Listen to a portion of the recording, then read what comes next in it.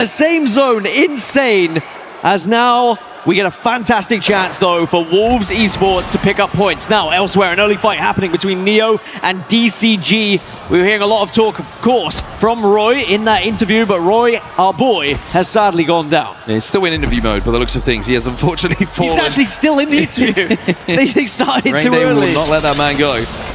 Well, DCG, very good start for them, we will say though. 31 points on the board already. Neo chasing down some of the other members. It's actually DCG who are in front of them, so trying to chase those down. But over to GK, the team who are top of the leaderboards at the moment. They've already worked their way into Somers University, and they're under pressure here on this northern side. It's going to be a combination of teams actually surrounding them, and I think it's a smart decision. Get out of this situation if you're VKG, if you're Wolves, if you are GK, because surviving is the most important thing. And now they've got JDG to worry about above them. That was sick, by the way, using the enemy team's bubble to just bounce it off the top and send it down to the depths. As JDG, though, are going to be more than comfortable here. They're, of course, going to be running that Gibraltar. A little bit of variety in Legend selection, but now that we have lost Maggie, it opens up the doors for the big man himself, Gibraltar, to be very apparent here in this lobby. Yeah, a lot of baby comp in this lobby. A little sprinkling of Alta as well as Watson. Something I just want to highlight while we've got a little bit of time here before the team start to engage. I love that interview that we heard from Floating. One answer in particular really stuck out with me. And that's the one where he's said, I always knew I was good. This was just my chance. And then you think you need to have that level of confidence. Some people may call it ego, but I think that high confidence sometimes gets confused with ego. To make it to the very top, and I'd love to hear that there from Floating himself. Well, for fun, third place at the moment, 28 points. They have succeeded on Olympus so far this tournament. A quarter of their points have come from this map. But RRQ, a team who typically struggles here on Olympus, currently being pressed by Shopify Rebellion. Well, Zainu looking to get aggressive here. He looks for the climb up. Zap's taking a lot of damage though, and all of a sudden this climb up becomes a little bit scary with that bubble down. Damage being exchanged is pretty equal when you look at damage exchange between the two teams. Easy Flash is going to be up on height on those Valk Jets, taking him to the sky. Price has got an armor advantage here, and he's actually trying to escape by the looks of things. As DCG will have someone down, so there's more than one team in the vicinity here, and Pricey's having a scarper. Excellent movement though, watching Zainu take that fight. Not overstepping, not over-peaking. Did a little bit of damage, backs off once his position is given away. Just making sure that you're not going to be an easy target like a Gibraltar is. Pricey goes down, and RRQ are going to have to move on as a duo to try and get back up. But as I said, they've been struggling on Olympus. They've only found 3 points in total on this map so far this tournament. And similarly to DCG, who are also involved in that fight, they have only found 5 points so far in this tournament on Olympus. Two teams who just haven't been able to get it working. Well, Shopify in the skies at the moment. ZIPLINE Mafia are going to be pretty close to them, as you can see. This is way away from where the zone is going to be going. This is all the way up to the north here of Olympus. And Wiku trying to fire some shots to warn off Shopify Rebellion. They've also got angles they've got to be careful from. Shopify a little bit split at the moment. And they're actually... Looks like the play call from Zainu has actually come in to go back to Rift here, so they're going to rotate back away. Back over to zone though. Ninjas in pajamas, they are in trouble. Vayne is down, and that's the Wraith as well, which means that their ability to get in and out of situations is going to be difficult. Kurev gets to his teammate to get him back on his feet. Support passive is going to be important, and now he has to use that Eva 8 because there's a couple of teams, Dino's being one of them, who are peeking here. And once this bubble goes down, they are in trouble. Dino are trying to take advantage of, really, NIP with their backs against the wall here. Power booster on Gibraltar though for NIP, so they do have that bubble coming back very soon. It was about buying time for that bubble for NIP, and they've just about managed to do so. Cole's going to be climbing up to find a little cheeky corner to play, and he says, hey guys, this is pretty good up here. Come and join me. Oh! But now Dinos are peeking down on him. And the bubble just hangs over the lip as well. You're very vulnerable if you do find yourself inside. 1 second of bubble. Vayne's going to have to retreat. They should be able to get healthy, but this is just cycling bubbles at the moment for Ninjas in Pajamas. But Cole comes off big. Cole goes huge. That's 2 and Dino's down. The last is just going to focus on escaping as well, because they do have said Void Nexus. One of the few teams in the lobby actually running an altar. Maybe the only one? No, there's 2. JDG also going to be running one as well. But NIP hold strong, and boy, do they need to. I mean, the very definition of survivability. 75 headshot coming in from Cole after those two knocks he got a few moments ago to keep NIP in this game. Now he's looking for blood. Cole in a 1v1 versus Chaos Feelings. Kurev's going to be there alongside him, and all of a sudden, NIP on the back foot. Kurev doing his best Tony Hawk impression, spinning around, and now Vayne alongside Kurev looks like they're going to be able to keep NIP alive here. You have to give them credit. Ninjas in Pajamas backs against the wall multiple times in multiple situations, but now they've taken Dinos out of the equation and have taken their spot away. Yeah, and not just in this fight, but in this series in general. We're into match 4, and NIP are still down in that bottom 5. As J Future, I think he knows what is going to happen in the soon J Future if he sticks around. He's running like a track star inside the bubble. You're saying in vain, like, I see you, sorry, Kurev, I can see you 360 on an M&K. Let me show you what a roller boy can do when it comes to 360s. Not quite as balletic, but it works. Gen G on your screens right now. They've got a long way to go. They are looking down the eyes of RRQ as we take a little look at what Cole did behind that gen a few moments ago. That was so vital to NIP's survival. And RRQ have been able to take a little bit of height here and got back up to a 3, of course, after the initial engagement they found. But they're currently trying to hold out Gen G on their cross, but Gen G can kind of just surpass them a little bit. A single player from Dinos is actually over towards Solar Array, and I think the RRQ have just seen them. And I do think that Dinos will be able to get the res and go back up to a 3, but the trouble is now you are so late arriving to zone. Question is now, with this being another repeated zone, how much does that play into the minds of the IGLs about actually where this pull is going to be and where the actual finish is going to be? Well, there's a little bit of a 3-team pile-up happening here at Gravity Engine. You've got DCG, you've got ZIPLINE Mafia, and you've got Neo, all very close to each other. Neo look the healthiest for now. ZIPLINE Mafia have actually left. They're heading over to Gardens to get out of the pinch they find themselves in. So this becomes now a little bit more isolated. Neo going to get up to full purples, and DCG are going to get out of there because it does not look like a survivable situation for them. DCG shadowing ZIPLINE Mafia a little bit here, but ZIPLINE are going to be focusing on just getting into zone at this point. But when they get to Grow Towers, they can put themselves in a very advantageous spot with a lot of high ground to potentially hold out the likes of DCG. Elsewhere, VK Gaming looks like they're going to have a chance at a Mythic bin as well. They're holding kind of the northern zone inside circle right now. A couple of knocks from distance in the feed that you're seeing from longbows. As Dinos have somehow got the reset here, so a great job from them heading into terminal now, into zone, probably just to do a little bit of crafting to see if they can get a bin reset on their way in towards the zone as well. And also, there's just a little bit of a ring console for them, so they've got an opportunity with Watson to find out where their zone is going to be going exactly. Lots of Valkyries in the lobby, of course. You mentioned the baby comp. With Valkyrie just guiding the Gibby and Newcastle through the sky and then slamming in. Going to be very important, I feel, in this final circle.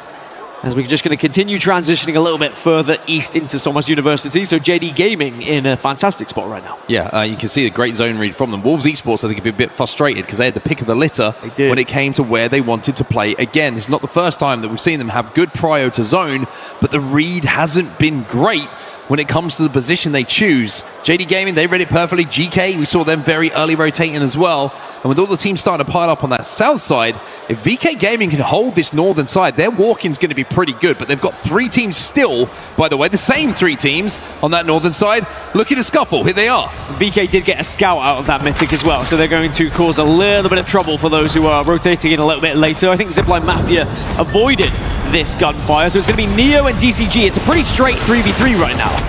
DCG have taken damage. Oh! Akbar's going to do a really good job to use that fuse ult to try and flush him out, but the Wraith bubble is down. And that is going to protect DCG just long enough for them to get into a position somewhere where they can reset here. A scary moment, but very good play from the Wraith. But now they are between VKG and ZIPLINE Mafia. It's another 2 teams who are going to look to try and capitalize on some potential free KP here, but also reluctant to engage because they know the other squad is in the area. You have to pick and choose when you engage in some of these fights. Well, DCG have lost 1, and it's the Gibby who's down, so the bubble not available. Got to keep that knockdown up, but he's being peppered right now. And where do you go? Because it looks like no one on DCG is really safe whatsoever. Xiaoche, no portal available for him. We just saw him use it, so he can't recover his teammates back to some kind of safety. And VKG, in the meantime, are just looking to take advantage. LQ gets another knock. And it looks like the woes of Olympus are going to continue here for DCG as our worst performing Olympus team in the lobby right now. Unless Roy can do something special, as now Neo have also lost one as Gen G looks to try and take them down, and it looks like they are going to find at least two, with the last player trying to scarper away. Reset should be coming in as well. Asia on the Axel. Gonna get the Nitro Gate down just to put his teammate into a safer position before looking to stick that res. Neo were eliminated in the meantime. Last player was taken down by an Aurora. Remember, that's Rain who gets it. VP also finding themselves in a little bit of trouble. The Ring taking someone down. Roy is still alive as well, just trying to avoid the remainder of VKG.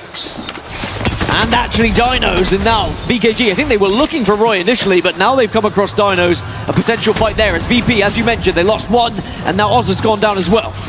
Prestis and Taskmaster, the last alive. They've just landed from this Valcolt. Trying to force their way in towards the zone. One knockdown is still a pretty good thing to play behind. Prestis trying to be aggressive, trying to create some space, but he's taking some damage from Skynades. And Synetic with the wingman in his hand. It's looking a bit windy out here. As the Gale starts to pick up for Fun, have got a clutch. Tyler flies in and VP will be eliminated. It will not cost for Fun. Once you've missed the second one, you're not hitting the third or the fourth. We've all been there. Doesn't matter in the end though. As we check in with Wolves, last place at the moment in this series. They did have priority to this zone and they have picked wrong. They're gonna have to move a little bit further northeast to get inside this next zone. There is a potential they could get a bit of KP if they want to hold out the likes of For Fun. But sadly for Wolves, they're gonna have to try and push through the likes of Shopify Rebellion and PXX. Now, Aurora, 20 points, 8th place. So they are 2 positions away from those top 6 spots that everyone is going to need. I think the good thing for Aurora is they are not far behind. They are in a far different position than NIP, for example. 2 of our major teams here in this survival stage. They are not far away. I always find it somewhat inspirational when you see one of the best players in the world missing shots. It's like, hey, we all do it. VKG still playing this northern side, but now they're going to have to Valcolt. You can see the zone pulling away towards the south. JDG, Shopify Rebellion, and PXX, the 3 teams who are inside of zone, but it's become more joining them in just a few moments' time as air traffic control will start to have to earn their money. VKG, LQ took a lot of damage on the way down, and that's the Newcastle. They need to keep him alive so that the mobile shield could go down to keep them alive.